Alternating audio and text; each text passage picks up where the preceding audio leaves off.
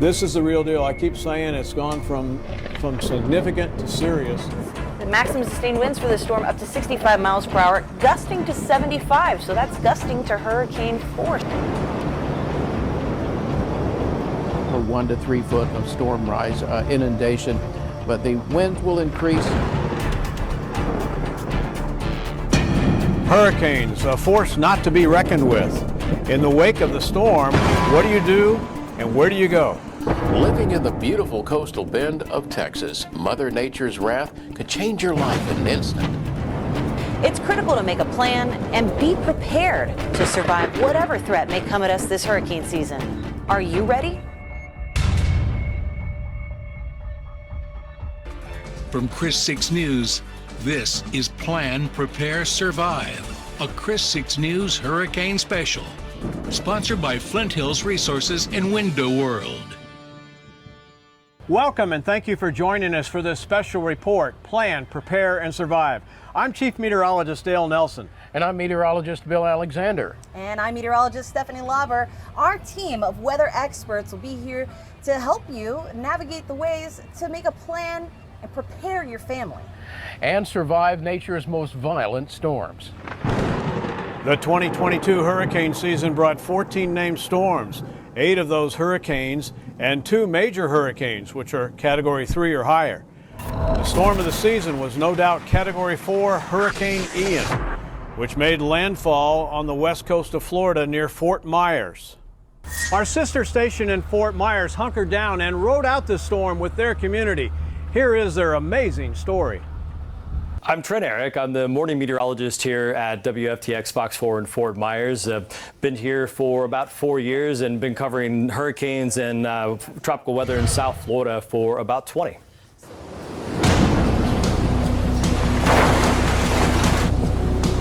Just stay inside and do whatever you can to protect yourself and your family. I think what stuck out the most for me for Hurricane Ian was the storm surge and just how vulnerable certain areas in Southwest Florida are. Matter of fact, it was our worst storm here since Hurricane Irma back in 2017. When we were covering Hurricane Ian, I think the biggest thing for me was wondering what was going on outside with our viewers, with my friends, my family members here in town. Obviously, we could see the storm on the radar. Reports were slow to get in. Power outages were widespread.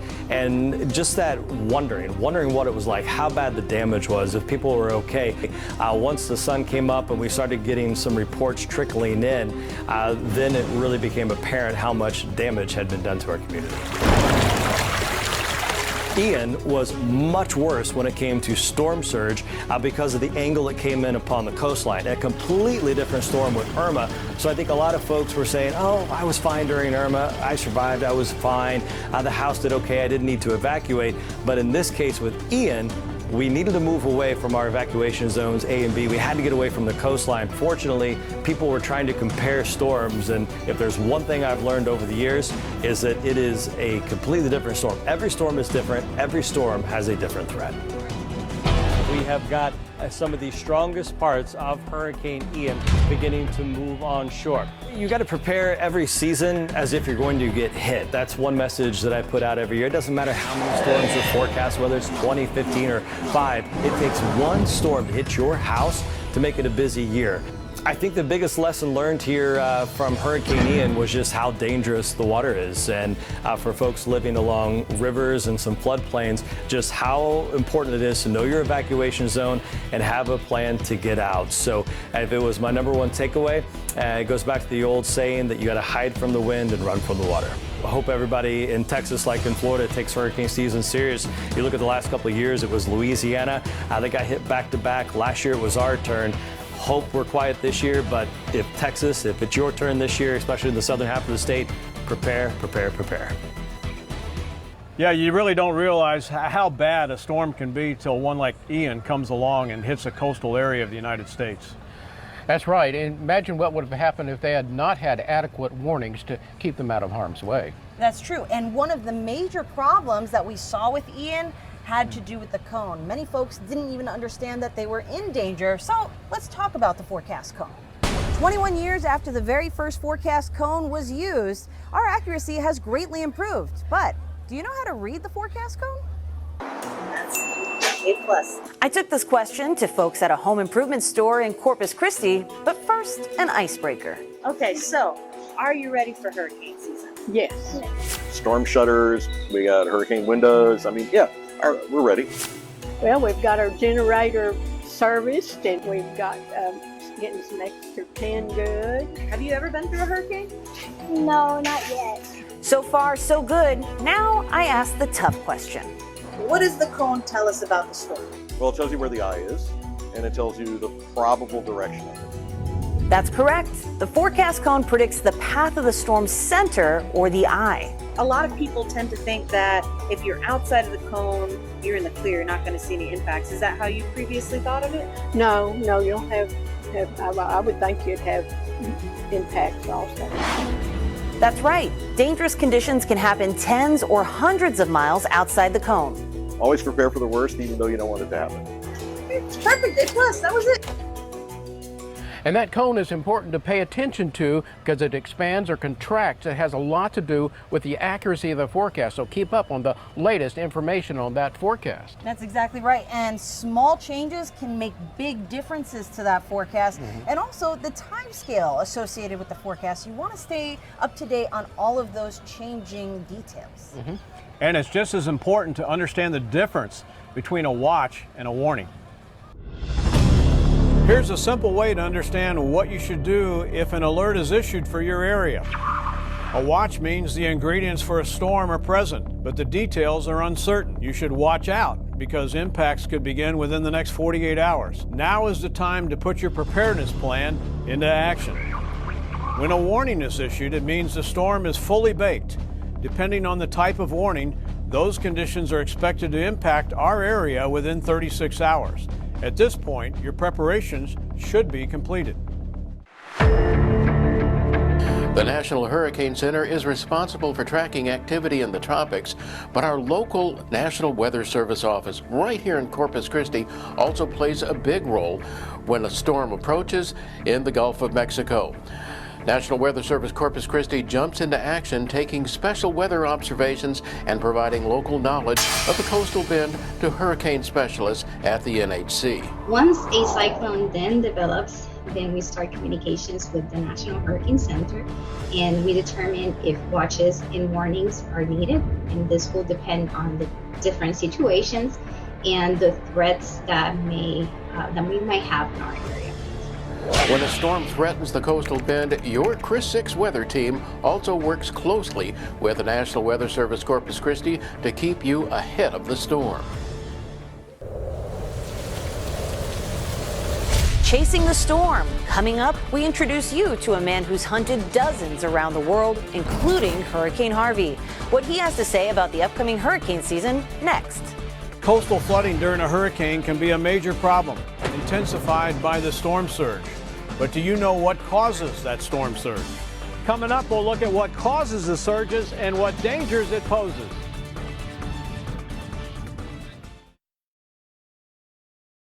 You're watching Plan, Prepare, Survive, a Chris 6 News Hurricane Special, sponsored by Flint Hills Resources and Window World.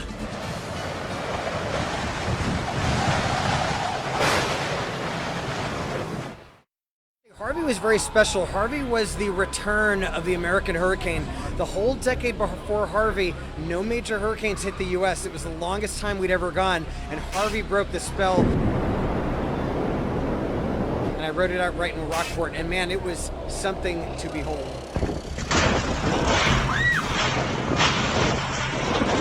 I was in a hotel and the whole place started to blow apart. The walls started to come off at the height of the storm. Harvey had a very violent core. And folks from Rockport, Fulton, Port Aransas, Aransas Pass, folks in those communities who rode it out were in that eye wall, know what I'm talking about. It was scary. It was a violent hurricane. When it came off the Yucatan Peninsula, it was this disorganized disturbance. And I remember thinking I saw no potential in it. I was like, that thing is junk. It's garbage. It's not going to become a hurricane. And when it finally hit the Texas coast, that was a monumental Category 4 hurricane. I saw the town just kind of like, just 9 months after the hurricane, or 10 months, just kind of rising from the ashes. And I saw the resilience of the local people, and it's just great to hear that things are, on track. Don't think that Corpus Christi is immune. It's not. It's been a while, but it will come back at some point, and you got to be ready. The storm surge is the greatest danger in a hurricane that it poses to coastal residents. The storm surge is a rise in water above normal sea level, and it happens generally in the right front quadrant of the hurricane when the water is pushed up towards the shore by the counterclockwise winds, causing the water to rise. The more it rises, the more damage it causes and the more danger for people that did not evacuate. A cubic yard of water weighs over 1,700 pounds, and the damage it causes from the storm surge is catastrophic for coastal residents. Hurricanes or any tropical system can have major impacts. Tornadoes, high winds, rip currents, and large waves can all be a threat. The risks are not just confined to the coast, but their impacts can be felt well inland too. So it's important to know your individual risk. The force of strong winds alone can cause tremendous devastation, toppling trees and power lines or damaging or destroying buildings. Storm surge can travel several miles inland, especially along bays, rivers, and estuaries. Check the Coastal Bend storm surge map to see if your area could be inundated by the storm surge. Torrential rains associated with tropical systems often cause flooding, which can reach hundreds of miles inland, and this flooding can persist for several days, even after a storm has dissipated. Tornadoes can accompany landfalling tropical cyclones and typically occur in rain bands well away from the center of the storm. Know what to do if your area is put under a tornado warning. To find out if you're in a flood zone, evacuation zone, or in a storm surge prone area, head to christv.com/hurricane. Know where to go. We'll give you the best evacuation routes for you and your family to get you out of harm's way safely.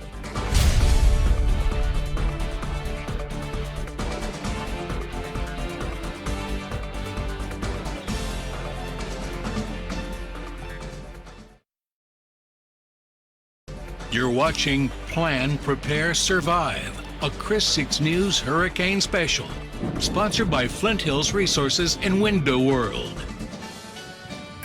How do you measure a storm? Well, when it comes to tropical storms and hurricanes, we use a scale called the Saffir-Simpson wind scale. It measures the maximum sustained winds in a storm.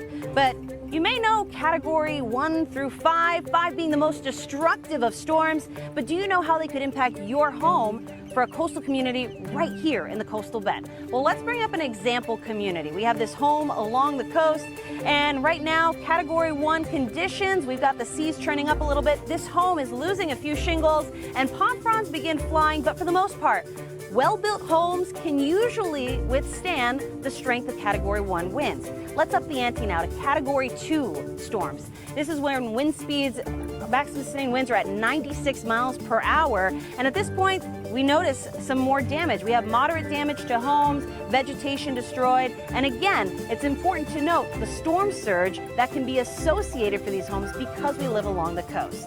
At this point, there will be damage to your home. Now, major category 3. This is when our wind speeds begin at 111 miles per hour, and things start getting dicey. I hope you've evacuated at this point because you probably don't want to be around for this experience.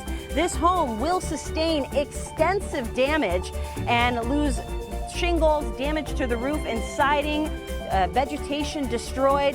Not a good place to be in a storm. Hopefully you've made other plans to leave town, because now we move things up to major category 4. At this point, catastrophic damage is happening to most structures in town. That storm surge pushes on in. We see flooding around town, trees down, and debris flying all around. There are several hazards that are happening at this point. And at the end of the scale, category 5, the most destructive of hurricanes at this point, wind speeds in excess of 157 miles per hour. Most structures are completely destroyed, and you don't want to be around for this. So it's a good idea to have a plan in place before the storm arrives. Planning out your evacuation route is a vital part of your hurricane planning process.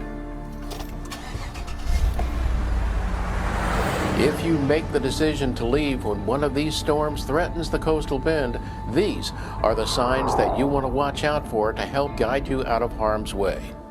The city of Corpus Christi is divided into 5 evacuation zones. The zone you live in determines which route you'll take. Let's take a closer look.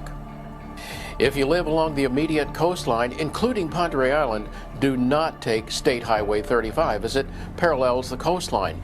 You'll want to get to Interstate 37 North and drive away from the coastline.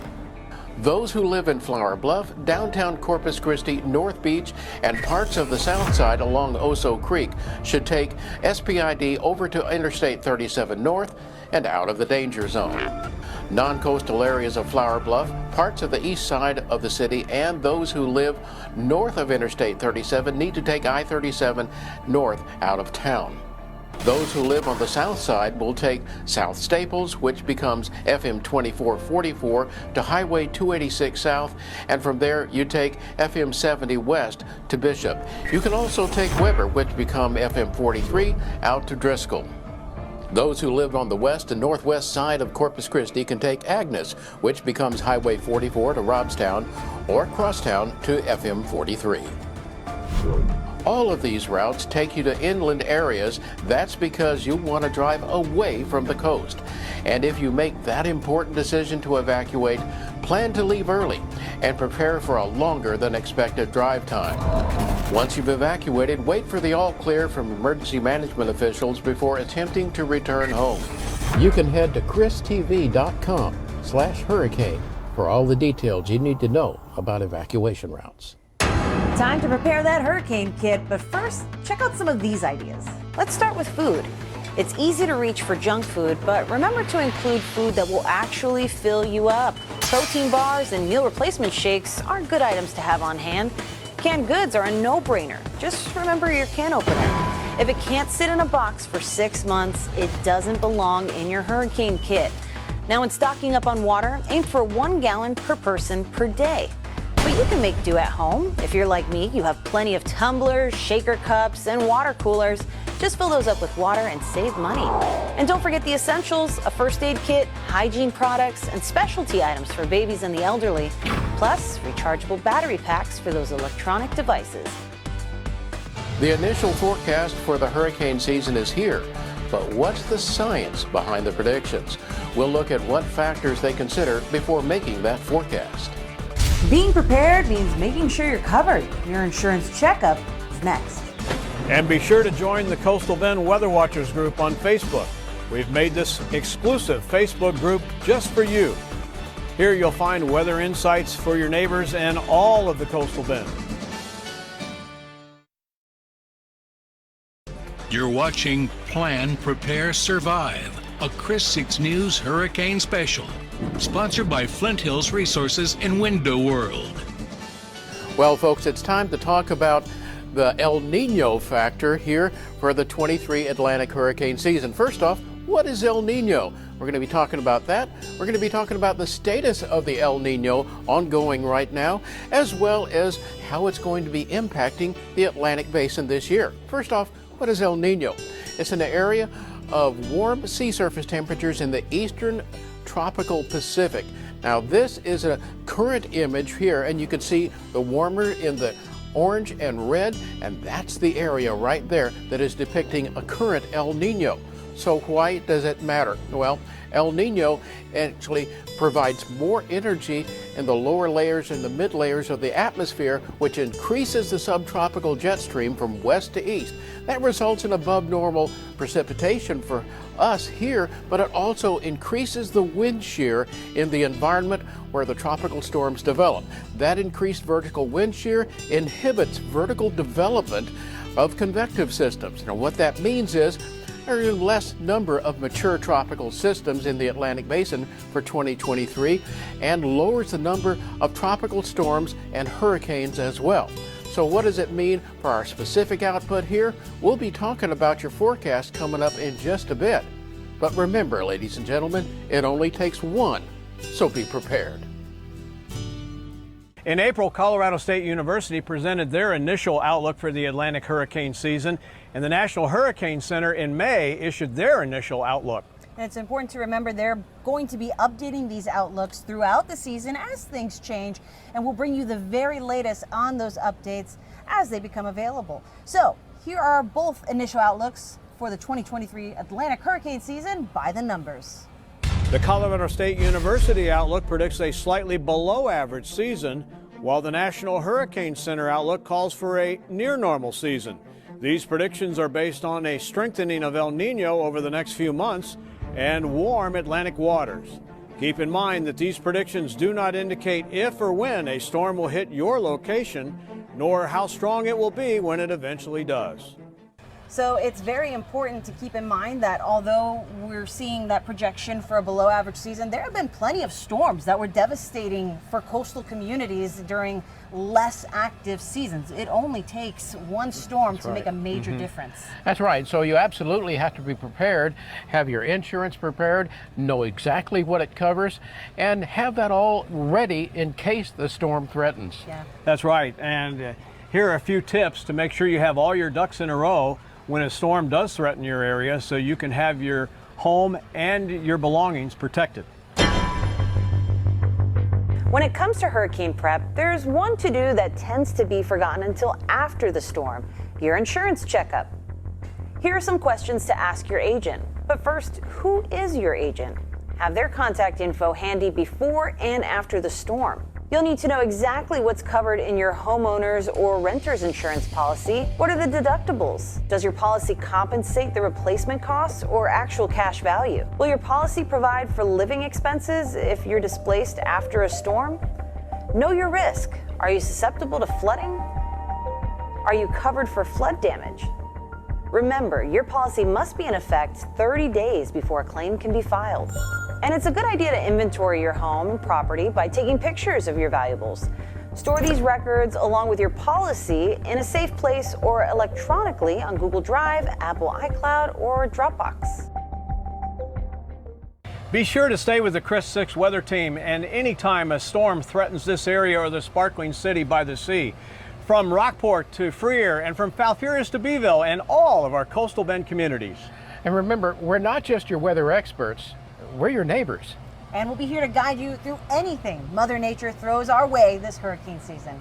Thank you so much for joining us for this special report. Plan, prepare, and survive. And thank you for choosing Chris 6.